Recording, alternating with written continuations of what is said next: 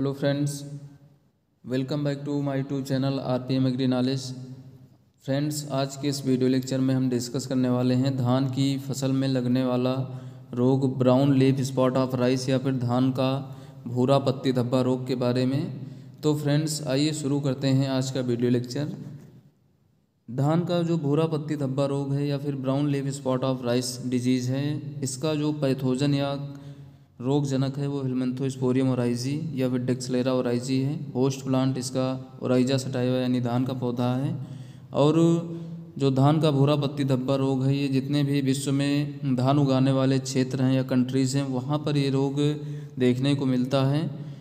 भारत में ये रोग 1943 में महामारी के रूप में भी उत्पन्न हुआ था, जिसको बंगाल फेमिन या फिर बंगाल का अकाल के नाम से भी जानते हैं। जिससे बंगाल में जो भी धान की फसल थी, पूरी की पूरी फसल इस रोग से नष्ट हो गई थी, जिसके कारण वहाँ पर अकाल पड़ गया था। अब इसके लक्षण या सिम्टम्स देख लेते हैं। इसके जो सिम्टम्स या लक्षण होते हैं वो प्रांकुर पर दिखाई पड़ते हैं, इसके अलावा पत्तियों पर या फिर पर्णछत पर दिखाई देते हैं। जो प्रांकुर पर धब्बे होते हैं वो भूरे रंग के होते हैं और स्मॉल साइज़ के छोटे होते हैं। इनका जो आकार होता है वो गोलाकार या अंडाकार होता है। और जो पत्तियों पर धब्बे बनते हैं वो छोटे डाट से लेकर के गोलाकार या आँखों के आकार के या फिर अंडाकार हो सकते हैं। यहाँ पर भी इनका जो माप होती है वो 1 से 14 गुणे 0.5 से 3 mm होती है। यानी इनकी जो माप है वो लंबाई में 1 से 14 mm के, और इनकी जो चौड़ाई होती है वो 0.5 से 3 mm की हो सकती है। इसके बीच में इस प्रकार के स्पॉट यहाँ पर दिखाई पड़ते हैं। अगर इस फिगर में बात करें तो यहाँ पर छोटे छोटे डॉट्स के रूप में दिखाई पड़ रहे होंगे, और यहाँ पर जो दूसरी इन्फेक्टेड लीफ है यहाँ पर देखते हैं तो बड़े धब्बे दिखाई पड़ते हैं। इनका जो आकार है वो गोलाकार या फिर अंडाकार दिखाई देता है। अब जो छोटे धब्बे होते हैं वो गहरे भूरे रंग के या फिर बैंगनी भूरे रंग के होते हैं। यहाँ पर जो स्पॉट दिखाई पड़ रहे हैं वो गहरे भूरे रंग के हैं या फिर बैंगनी भूरे रंग के दिखाई पड़ रहे हैं। लेकिन जो बड़े धब्बे होते हैं उनमें क्या होता है, उनके जो किनारे होते हैं वो गहरे भूरे रंग के। ये स्पॉट आप देखेंगे यहाँ पर जितने भी स्पॉट दिखाई दे रहे हैं इन्फेक्टेड लीफ पर, उनके जो किनारे हैं वो गहरे भूरे रंग के हैं। लेकिन जो केंद्र है, बीच का है एरिया, वहाँ देखते हैं तो वो हल्के पीले या फिर गंदे सफ़ेद या फिर भूरे रंग के होते हैं। कभी कभी क्या होता है, जो पीले धब्बे होते हैं उनमें जो धब्बे होते हैं उनका पीला रंग प्रभामंडल से घिरा होता है। पीला पीला यहाँ पर स्पॉट में देखेंगे तो इसके साइड में चारों तरफ पीला पीला प्रभामंडल भी दिखाई पड़ता है। और फिर ये आपस में मिल कर के अनियमित आकार के हो जाते हैं। जब अधिक संक्रमण होता है तो पत्तियाँ भूरी होकर सूख जाती हैं। शुरुआती अवस्था में जब अधिक संक्रमण अगर हो जाता है तो उस कंडीशन में बालियाँ नहीं निकलती हैं। जब भी अगर कभी भी बालियाँ भी निकलती हैं तो उसमें जो बीज बनते हैं वो काफ़ी सिकुड़े हुए होते हैं और वो बदरंग हो जाते हैं। उनका कोई रंग उस प्रकार से जो होना चाहिए वो नहीं होता है। अब इसके हेतु की या ईटियोलॉजी की बात करते हैं तो इसका पैथोजन हमने बताया है हेलमिंथोस्पोरियम ओराइजी या फिर डेक्सलेरा ओराइजी है। इसके अलावा बाइपोलरिस ओराइजी भी देखने को मिलता है।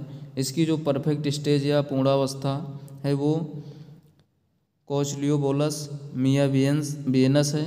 इसकी सिस्टमैटिक पोजीशन किंगडम है माइकोटा या फंजाई, डिवीज़न यूमाइकोटा है, सब डिवीज़न ड्यूटेरोमाइकोटिना का ये फंगस है।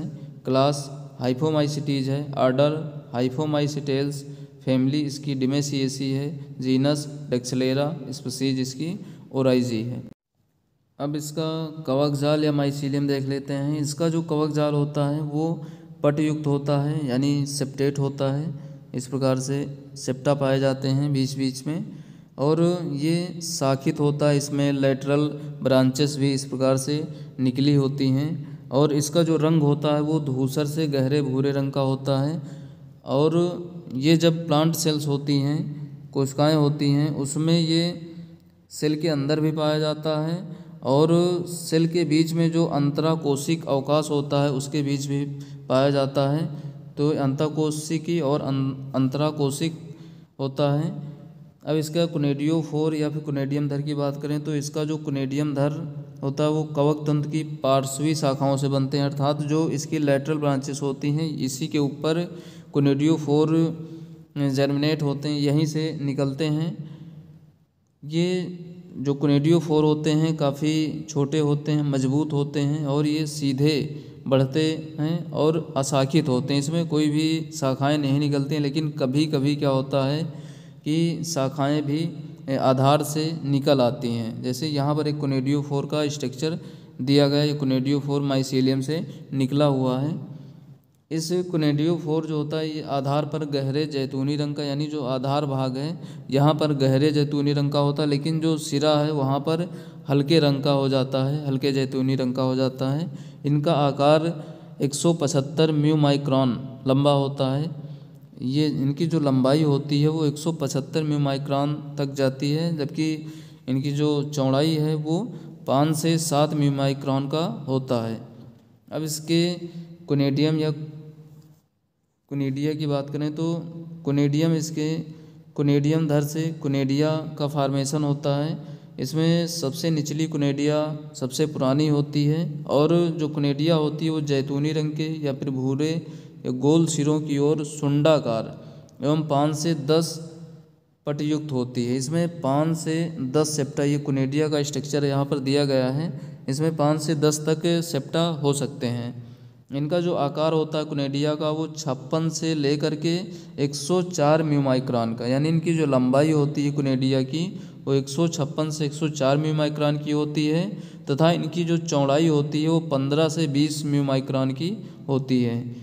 यह विशिष्ट रूप से 2 या अंतस्थ कोशिकाओं से जनन नलिका बनाकर अंकुरण करते हैं। इसमें जनन नलिका इस प्रकार से निकलती हैं और जर्म ट्यूब बनाती हैं, उसके फलस्वरूप ये अंकुरण करती हैं। ये कवक अनेक आविश उत्पन्न करता है, जैसे इसमें कोचलियोबोलिन है जो कि धान के लिए अति विषैला होता है, जिसके कारण उस जगह पर स्पॉट क्लोरोफिल नष्ट हो जाता है, जिसके कारण पत्तियों में विभिन्न प्रकार के स्पॉट दिखाई पड़ते हैं। अब इसकी डिजीज साइकिल या रोग चक्र को देखते हैं। डिजीज साइकिल में ये जो रोग होता है वो मृदा के द्वारा भी फैलता है और बीजों के द्वारा भी फैलता है। ये सॉइल बॉर्न अर्थात सीड बॉर्न दोनों हैं। रोगजनक के कवक जाल एवं कुनेडियम बीजों पर तथा खेत में छूटे जो फसल अवशेष होते हैं उसमें लगभग 2 से 3 वर्षों तक जीवित रह सकते हैं। इसके अलावा जो रोगजनक हैं वो इनका जो निवेश द्रव्य है बहुवर्षीय घास परपोसी जैसे लिर्सिया, हेक्सकैंड्रा, इचिनोक्लोया, कोलोनम, सिटेरिया इटैलिका इत्यादि से आता है, अर्थात जो इनका बाह्य स्रोत है वो इन्हीं घासों पर पैथोजन पाए जाते हैं और इनके फिर कुनेडिया वहाँ से जो स्वस्थ पौधे होते हैं वहाँ पर वायु के द्वारा पहुँच जाते हैं, जो कि प्राइमरी इन्फेक्शन करने का कार्य करते हैं पौधों के ऊपर। इनमें कुनेडिया बनने के लिए जो अनुकूलतम तापमान है वो 21 से 26 डिग्री सेल्सियस है और अपेक्षिक आर्द्रता 92.5% है। अगर इससे थोड़ा अधिक भी आवश्यक होती है, लेकिन कुनेडिया का जो अंकुरण है वो 5 से 36 डिग्री सेल्सियस तापमान पर भी हो सकता है।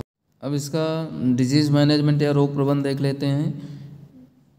रोगों में जो डिजीज़ मैनेजमेंट किया जाता है वो 2 तरीके से किया जाता है। एक तो प्रिवेंटिव मेजर्स होता है, दूसरा क्यूरेटिव मेजर्स। यानी प्रिवेंटिव मेजर्स का मतलब है रोग लगने से पहले ही हम क्या उपाय कर लें जिससे रोग ना लगे आपकी फसलों में।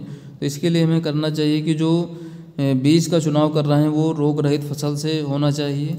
दूसरा है कि जो भी रोग ग्रसित फसल के अवशेष हैं उसको आप जला दें, जिससे अगले वर्ष इनाकुलम का कार्य ना करे, निवेश द्रव्य का कार्य ना करे। इसके अलावा खेत के आसपास जितने भी उपस्थित समपार्श्विक परपोषी हैं यानी जो कोलेटरल होस्ट हैं उनको नष्ट कर देना चाहिए, जिससे उस पर पैथोजन अगले साल के लिए जीवित ना रहें। नहीं तो उसी पर घासों पर जो इसके समपार्श्विक परपोषी होते हैं उसी के ऊपर पाए जाते हैं और अगले वर्ष इन्हीं की इन्हीं से जो कोनेडिया होती हैं वो वायु द्वारा आपके फील्ड पर पहुंच जाती है और संक्रमण कर देती हैं। इसके अलावा आप रोग प्रतिरोधी किस्मों को भी उगा सकते हैं, जैसे पद्मा है, IR24, प्रभात, पूसा सुगंधो, पूसा सुगंध 3, सुगंधमती आदि कई किस्में हैं जो कि आप उगा सकते हैं जिसमें रोग नहीं लगेगा। इसके अलावा पोषक तत्वों का भी उचित प्रबंध करना चाहिए, जो संतुलित मात्रा है पोषक तत्वों की उसका ही प्रयोग करें। इसके अलावा बीजों का उपचार आप थीरम या फिर कैप्टान से 2.5 ग्राम प्रति kg सीड से के हिसाब से उपचारित कर सकते हैं। इसके अलावा जो फिजिकल मेथड्स में आप बीजों को 55 डिग्री सेल्सियस तापमान पर 10 मिनट के लिए गर्म जल से उपचारित कर सकते हैं। इसके अलावा क्यूरेटिव मेजर्स में जब आपकी फसल पर रोग लग जाए तो उस समय फसल पर कवकनाशी जैसे बोर्डो मिश्रण है 5:5:50 का प्रयोग कर सकते हैं। इसके अलावा डाइथेन Z78 0.2% का घोल बना करके छिड़काव कर सकते हैं। इसके अलावा हिनोसान है जो कि काफ़ी इफेक्टिव दवा है लीफ स्पॉट के लिए, ये 0.1% का घोल बना करके छिड़काव कर सकते हैं। इसके अलावा ब्लाइटॉक्स 50 है, इसका 0.3% का घोल बना करके छिड़काव कर सकते हैं। तो ये था हमारा आज का वीडियो लेक्चर। कैसा लगा कमेंट बॉक्स में ज़रूर बताएं। वीडियो को ज़्यादा से ज़्यादा शेयर करें, लाइक करें और चैनल को सब्सक्राइब